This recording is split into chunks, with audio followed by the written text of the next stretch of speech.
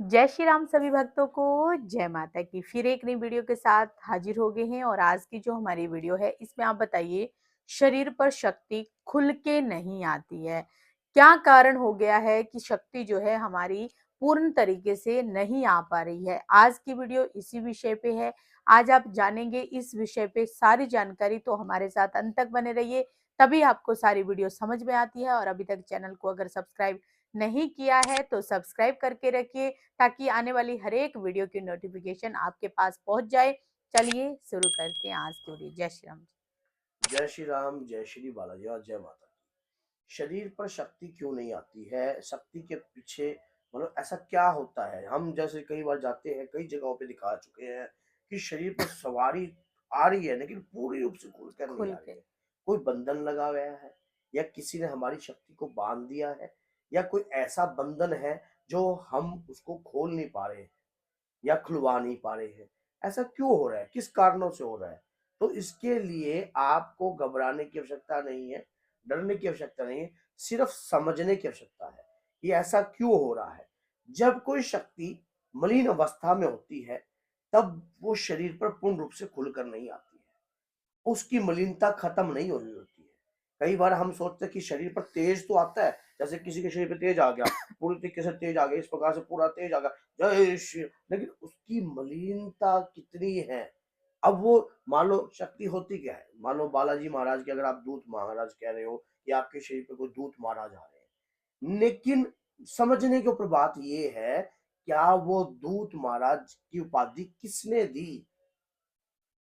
जैसे कोई व्यक्ति भगवान राम का नाम भी लेता है और उसके बाद वो गलत कार्य भी करता है, मरण उपरांत उसका शरीर का जब त्याग होता है, तब वो क्या होता है कि जब भी किसी के शरीर पे आएगा तो राम राम भी लेगा, लेकिन उसकी मलिनता उसके शरीर पर भी रहेगी। तो मलिनता शुद्ध होनी चाहिए, अंदर की गहराई को समझो, उसका शरीर शुद्ध होना चाहिए। हमारा फर्ज बनता है, जब भी हमारे शरीर पर कोई शक्ति आती है तो उसको समझना चाहिए, क्या वो पवित्र है या अपवित्र है। अगर वो अपवित्र है तो उसको कुछ भी दिखाई नहीं देगा, कुछ भी कार्य वो कर नहीं सकती। सिर्फ आपको, और जो बोलती है वो सत्य भी नहीं होता। कई बार सत्य हो जाता है और कई बार होता नहीं है, और कई बार दूसरे का संकट वाक्य में सही बता देती है और कई बार बता भी नहीं पाती है। तो वो शक्ति जो है अभी पूर्ण भाव रूप से शुद्ध नहीं है। तो आपको उसको शुद्ध करवा कर ही कोई शक्ति की सवारी होती है, देवता की सवारी होती है। सवारी देवता की ही आती है हमेशा, और देवता का तेज जिसको कहते हैं उसी को सवारी कहते हैं। जैसे शरीर पर देवता का तेज आ गया, मान लो माता की कोई भक्त है, वो माँ काली की पूजा करती है, बहुत लंबे समय से पूजा कर रही है, और उसके बाद भी उसके परिवार के अंदर किसी के शरीर पर वो तेज आ रहा है, तो माँ की कृपा आ रही है, माँ की सवारी आ रही है। इसी प्रकार से क्या होता है कि आप अगर बाबा की पूजा करते हो, या आपके परिवार में अगर कोई पारिवारिक सदस्य आपके बाबा की पूजा कर रहा था और काफी लंबे समय से पूजा कर रहा था, और पूजा के दौरान, ऐसी बात नहीं है हमारे परिवार के अंदर खानदान में, क्योंकि हम ऋषि मुनि की संतान है, ऐसी बात ये भी नहीं है कि हमारे घर खानदान के अंदर देवताओं की पूजा नहीं होती थी, कुल देवी देवता की पूजा नहीं होती, हनुमान जी महाराज पूजे नहीं जाते थे। तो ऐसे हमारे परिवार के अंदर ये सब चीजें होती हैं, और अगली पीढ़ी भूल गई है तो वो अलग बात है, ये बात जरूरी होती है। तो खानदान के अंदर जो शक्ति है वो अगली पीढ़ी पर भी आ सकती है। मान लो एक पीढ़ी ने समझा ही नहीं कि पीछे कोई खानदान में तीसरी पीढ़ी में हनुमान जी की पूजा कर रहा था, तो उस खानदान की दो पीढ़ियां टप गई हैं, तो दो पीढ़ियों में एहसास दोनों पीढ़ियों में से किसी को करवाया था, लेकिन समझ नहीं पाया था। ऐसे ही जैसे कि जब आपने देखा कि राजा सगर के 60,000 पुत्र हुए, उसके बाद रघु भी टप गए, उसके बाद काफी हुआ, लेकिन उसके बाद भगीरथ के ऊपर ही क्यों, भगीरथ ने ही क्यों इस चीज को माँ समझा, गंगा को लिख रहा है। माँ गंगा को ही क्यों, उसने ये क्यों समझा कि मेरे 60,000 पितरों का दोष लगेगा। तो ये पीढ़ी, दो पीढ़ी, तीन पीढ़ी, चार पीढ़ियों के बाद जो है भगीरथ आए, उसके बाद उन्होंने समझा कि देखा, इसी प्रकार से परिवार के ऊपर वो कृपा खत्म नहीं होती है, वो भगवान की कृपा खत्म नहीं होती है। तो मेरा यहाँ पे सवाल ये है कि अगर शरीर पे शक्ति आती है, तो वो खोलने के लिए हमें क्या करना चाहिए? हाँ, अब क्या करना चाहिए? अब आपको उनकी मलिनता को खत्म करना है। मलिनता कैसी? जैसे कि जो भी व्यक्ति कार्य करता था, भगवान की पूजा याचना करता था, वो किसी ना किसी कारण पक्ष जो है उस हर व्यक्ति में कोई ना कोई अवगुण जरूर होते हैं, चाहे क्रोध से युक्त हो, जैसे कि हमारा शरीर पंच तत्वों से बना होता है। किसी में वायु तत्व की मात्रा ज्यादा होती है, किसी के अंदर अग्नि तत्व की मात्रा ज्यादा होती है। तो ये जब जो इसमें मलिनता विकार उत्पन्न होते हैं शरीर के ऊपर, अब वो शरीर का त्याग हो गया, उस आत्मा के ऊपर मलिनता का असर होता है।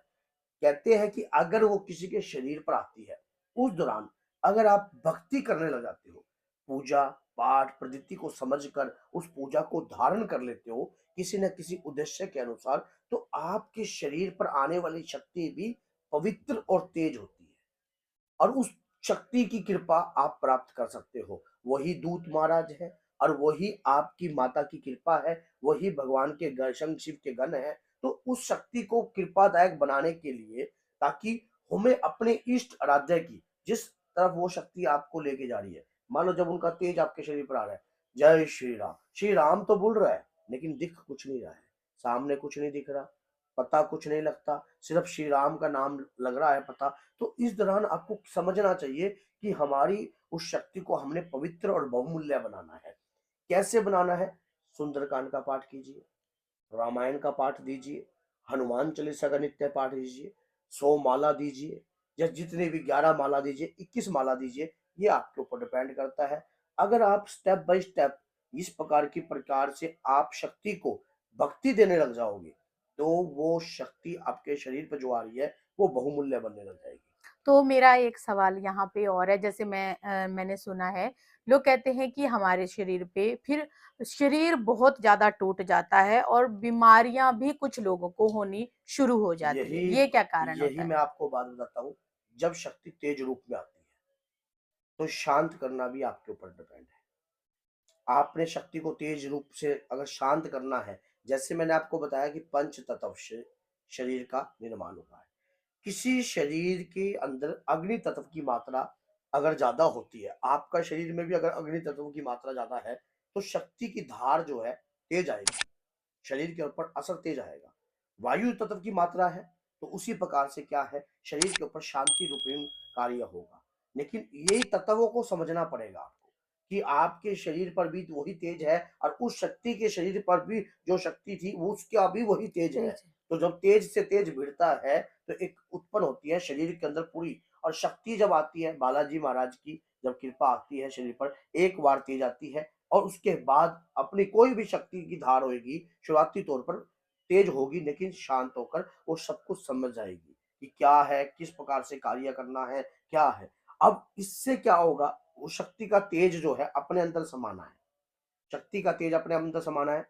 निरंतर मंत्रों की माला, निरंतर भक्ति पाठ, निरंतर जाप शक्ति अगर आप देने लग जाओगे और शक्ति से इस प्रकार की प्रार्थना करोगे कि मैं आपको इस उक्त मंत्र के जाप से, उच्च उक्त 5 बार मंत्र के जाप से आपका आह्वान करूँगा, तो आप उसी समय मेरे शरीर पर अपना प्रवेश करना। प्रवेश तो और उस दौरान क्या है, नियम बनाने और कुछ पड़ेंगे, अपने जीवन के नियम बनाने पड़ेंगे, क्योंकि मेरे शरीर भी ना टूटे, मेरे शरीर का नुकसान भी ना हो, मैं और बीमारी भी ना कार्य हो। भी जो है। तो आपने मंत्र की साधना से कोई भी एक ऐसा उक्त मंत्र, यहाँ पर क्या होता है, कई जगहों पर गुरु की आवश्यकता बहुत ज़्यादा होती है, लेकिन गुरु, कई सोचते हैं कि किसको गुरु बनाया जाए। गुरु बनाने के लिए भी मैंने कल एक शॉर्ट वीडियो बनाई थी। अगर आपको आपके गुरु नहीं प्राप्त हो रहे हैं, तो आपको किस प्रकार से गुरु धारण करने हैं, इस पे लॉन्ग वीडियो भी मैंने बना रखी है, तो आप वो देख लेना। तो अगर आपको उसमें क्या होता है कि शक्ति किस लेवल पे है, उसकी कितनी, अब जैसे कई बार मेरे से लाइव में क्वेश्चन पूछ लेते हैं, गुरुजी मेरे पितरों की मलिनता कितने परसेंट खत्म होगी, गुरुजी मेरा ऑरा चक्र कितना परसेंट जागृत हो गया, गुरुजी मेरे चक्र कितने जागृत हो गए, कितने परसेंट तक जागृत हो गए। इसी प्रकार से आप ये क्यों नहीं समझते कि मेरे शरीर पर जो सवारी आ रही है, मेरे शरीर पर जो शक्ति आ रही है, वो कितने परसेंट पावरफुल है। अगर हमें उन्हें पावर देनी है तो किस प्रकार से दी जाए, किस प्रकार से हम उस शक्ति को समझ सकते हैं। शक्ति जो होती है वो निराकार रूप की होती है, कण कण की में हर शक्ति का वास है। भगवान शिव की कृपा से, आदि शक्ति माँ भवानी की कृपा से, ये शक्ति जो है कलयुग में हनुमान जी की कृपा के माध्यम से कार्य करती है। कहते हैं कि जब भगवान श्री राम ने जाने से पहले कहा था हनुमान जी को कि कलयुग तेरे नाम है, ये मेरा वरदान है। तो उसी प्रकार से हनुमान जी धरती के जागृत देवता हैं। आपके घर में, आपके परिवार में शक्ति को जागृत करते हैं। अगर परिवार की कोई खानदानी शक्ति आपके घर में रह रही है, कुल देवी की शक्ति रह रही है, कुल देवता की शक्ति रह रही है, तो हनुमान जी उस शक्ति को उजागर करते हैं। और जब वो शक्ति आपके घर के अंदर उजागर हो जाती है, तो उसको शुद्ध करने की प्रक्रिया भी जो है, वो चलाना। कहीं न कहीं आपको बताते हैं, किसी न किसी के माध्यम से। तो उसी प्रकार से आप समझ जाते हो जब, और समझने के बाद क्या होता है फिर उसके बाद जब आप समझ जाते हो, समझने के बाद तरीके से आप थोड़ा समय पूजा करते हो, महीना 2 महीना, तो फिर आप के मन में ये उमंग उठ जाती है कि कितने परसेंट मेरी शक्ति जो है जागृत हो गई, कितने परसेंट मेरी शक्ति शुद्ध हो गई। देखिए, एकदम से कोई भी कार्य नहीं होता। कभी भी आप सोचते हो कि खोआ 1 दिन में तैयार हो जाता है, 1 सेकंड में तैयार हो जाता है, 1 दिन नहीं 1 सेकंड में तैयार होता है, नहीं। खोए की एक प्रक्रिया है। दूध को कढ़ाई में डाला जाता है, दूध उबलता है, हमें पेशेंस रखना पड़ता है। हम पेशेंस रखते हैं ना? रखते हैं ना पेशेंस? फसल है, बीज डाला जाता है, 6 महीने पेशेंस रखते हैं, रखते कि नहीं रखते?